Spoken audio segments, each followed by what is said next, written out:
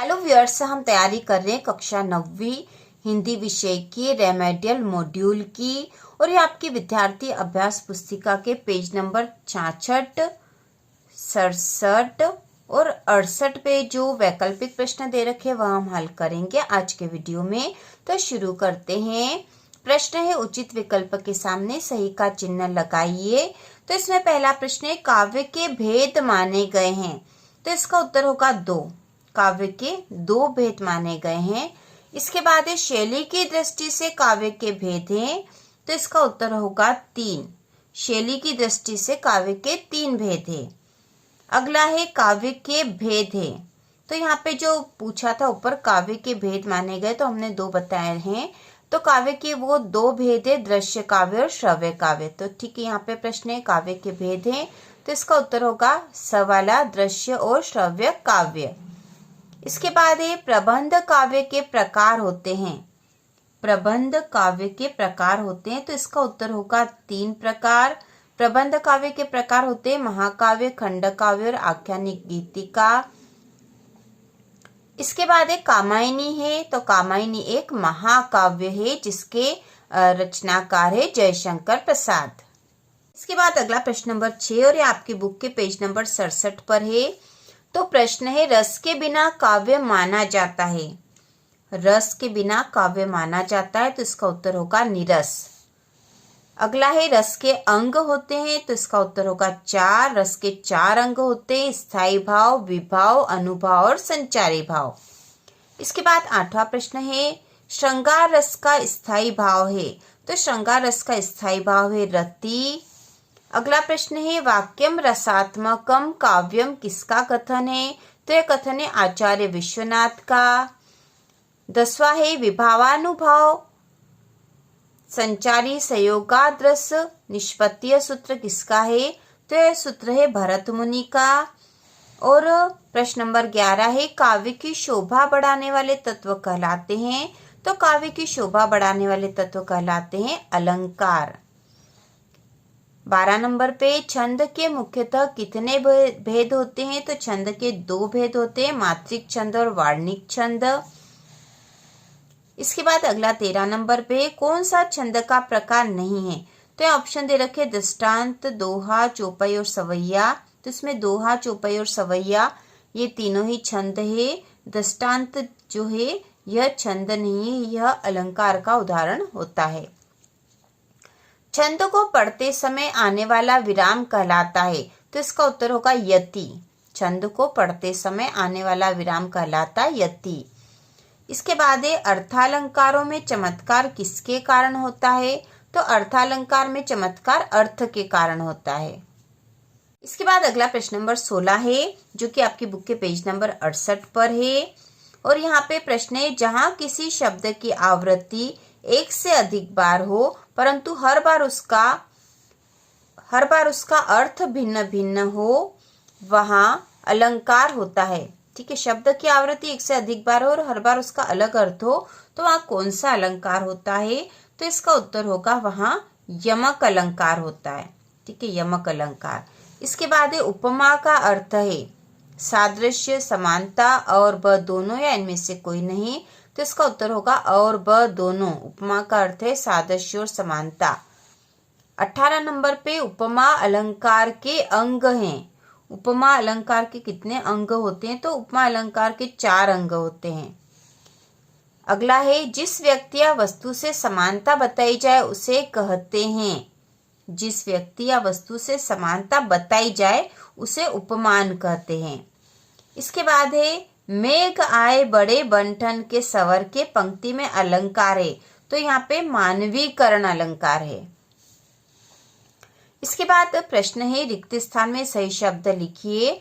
तो इसका पहला, अनुभूति के पक्ष का संबंध कविता के स्वरूप से है। तो अनुभूति के पक्ष का संबंध कविता के आंतरिक पक्ष से है। आंतरिक पक्ष से है। अगला है, खंड काव्य में जीवन का चित्रण होता है। तो खंड काव्य में जीवन का एक अंश का, ठीक है, एक अंश या एक भाग का चित्रण होता है। अगला है महाकाव्य में जीवन का चित्रण होता है, तो महाकाव्य में जीवन का संपूर्ण चित्रण होता है, संपूर्ण। इसके बाद चौथा है रस को काव्य की बताया गया है, तो रस को काव्य की आत्मा बताया गया है, रस को काव्य की आत्मा बताया गया है।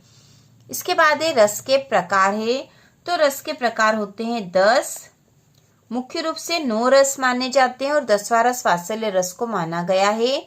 इसके बाद है वीर रस का स्थायी भाव है, तो वीर रस का स्थायी भाव होता है उत्साह। इसके बाद है रौद्र रस का स्थायी भाव है, तो रौद्र रस का स्थायी भाव है क्रोध। अगला है करुण रस का स्थायी भाव, तो करुण रस का स्थायी भाव है शोक। अगला है मात्रिक छंद में की गणना की जाती है, तो मात्रिक छंद में मात्राओं की गणना की जाती है, मात्रिक छंद में मात्राओं की गणना की जाती है। इसके बाद 10वां है वर्णिक छंद में की गणना की जाती है, तो वर्णिक छंद में वर्णों की गणना की जाती है, वर्णिक छंद में वर्णों की गणना की जाती है। इसके बाद है अलंकार का सामान्य अर्थ है, तो अलंकार का सामान्य अर्थ होता है गहना या आभूषण, ठीक है, आभूषण भी लिखा जा सकता है। इसके बाद 12 नंबर पे है उपमेय में उपमान का आरोप अलंकार में होता है, तो उपमेय में उपमान का आरोप रूपक अलंकार में होता है। इसके बाद 13 नंबर पे रंगमंच पर अभिनय देखकर आनंदानुभूति काव्य की होती है, तो रंगमंच पर देखकर आनंदानुभूति दृश्य काव्य में होती है, ठीक है, दृश्य काव्य की होती है। इसके बाद अगला है काली लहर कल्पना काली पंक्ति में अलंकार है, तो इस पंक्ति में अनुप्रास अलंकार है, ठीक है, जहां पर एक ही वर्ण की आवृत्ति अधिक बार होती है वहां अनुप्रास अलंकार होता है, तो यहाँ क वर्ण की आवृत्ति हो रही है इसलिए यहाँ अनुप्रास अलंकार है। इसके बाद है सोई संत सुजान पंक्ति में अलंकार निहित है, सोई संत सुजान पंक्ति में भी अनुप्रास अलंकार है क्योंकि यहाँ पर सवर्ण की आवृत्ति हो रही है। इसके बाद है वर्ण मात्रा यति तुक आदि को ध्यान में रखकर की गई रचना छंद कहलाती है, यहाँ आएगा छंद। इसके बाद अगला 17 नंबर पे क्षितिज अटारी गहराई पंक्ति में अलंकार है, क्षितिज अटारी गहराई पंक्ति में रूपक अलंकार है। इसके बाद 18 नंबर पे पत्थरों द्वारा पानी पीना पंक्ति में अलंकार है, तो यहाँ पे मानवीकरण अलंकार है, मानवीकरण। अगला है रसखान ने में रचनाएं लिखी, तो रसखान ने सवैया छंद में रचनाएं लिखी, सवैया छंद में रचनाएं लिखी। इसके बाद है संचारी भावों की संख्या है, तो संचारी भावों की संख्या 33 है। इसके बाद हम सही जोड़ी बनाएंगे, तो इसमें जो पहली जोड़ी है उसमें खंड और खंड ब देख लेते हैं पहले। तो खंड अ में है 3 वर्णों का समूह वाक्यम रसात्मकम काव्यम सवैया रस के अंग और पंचवटी। खंड ब में है खंड काव्य 4 वर्णिक छंद आचार्य विश्वनाथ और गण, तो इसकी जोड़ी बनाते हैं 3 वर्णों का समूह, ये होता है गण। दूसरे नंबर पे वाक्यम रसात्मकम काव्यम या आचार्य विश्वनाथ की परिभाषा, तो दूसरे की जोड़ी यहाँ पे बनेगी। इसके बाद सवैया यह वर्णिक छंद का उदाहरण है, तो तीसरे की जोड़ी इससे बनेगी। इसके बाद चौथे नंबर पे रस के अंग, तो रस के अंग 4 होते हैं, तो इसकी जोड़ी यहाँ बनेगी। इसके बाद पंचवटी, तो पंचवटी खंड काव्य है, तो इसकी जोड़ी इस प्रकार बनेगी। और आपको जिसके सामने जो सही है वह जोड़ी में लिखना है जब आप कॉपी में लिखोगे तो। इसके बाद दूसरी जो जोड़ी है उसमें खंड और खंड ब, तो खंड अ में कामायनी काव्य की शोभा बढ़ाने वाले तत्व, विभत्स रस का स्थायी भाव, मुक्तक काव्य और छंद के पढ़ने की लय। और खंड ब में दे रखा है अलंकार, कबीर के दोहे, गति, जुगुप्सा, महाकाव्य, तो इसकी जोड़ी बना देंगे। कामायनी एक महाकाव्य है, काव्य की शोभा बढ़ाने वाले तत्व अलंकार कहलाते हैं, विभत्स रस का स्थायी भाव जुगुप्सा होता है, मुक्तक काव्य कबीर के दोहे हैं और छंद के पढ़ने की लय इसे हम गति कहते हैं। तो इस प्रकार से जोड़ी बनेगी, पहले की जोड़ी इससे बनेगी, दूसरे की जोड़ी इससे बनेगी, तीसरे की जोड़ी इससे बनेगी, ठीक है, इस प्रकार से हमें बनानी है। और इसके बाद तीसरे नंबर पे जो जोड़ी है वह देख लेते हैं। तो खंड अ में दे रखा छंद में बंधी रचना, प्रबंध काव्य के भेद, काव्य की आत्मा, छंद में अंतिम वर्णों की आवृत्ति, उपमेय में उपमान का आरोप। खंड ब में दे रखा रूपक अलंकार, रस, दुख, तीन, काव्य। तो इसकी जोड़ी बना देंगे। छंद में बंधी रचना, इसे हम कहेंगे काव्य। दूसरा है प्रबंध काव्य के भेद, तो यहाँ पे आ जाएगा, दूसरे को हम इससे जोड़ेंगे। तीन, काव्य की आत्मा होती रस, तो तीसरे की जोड़ी इससे बनेगी। छंद में अंतिम वर्णों की आवृत्ति, उससे कहते हैं तुक। और उपमेय में उपमान का आरोप, यह रूपक अलंकार में होता है। तो इस प्रकार से जोड़ी बना देनी है आपको।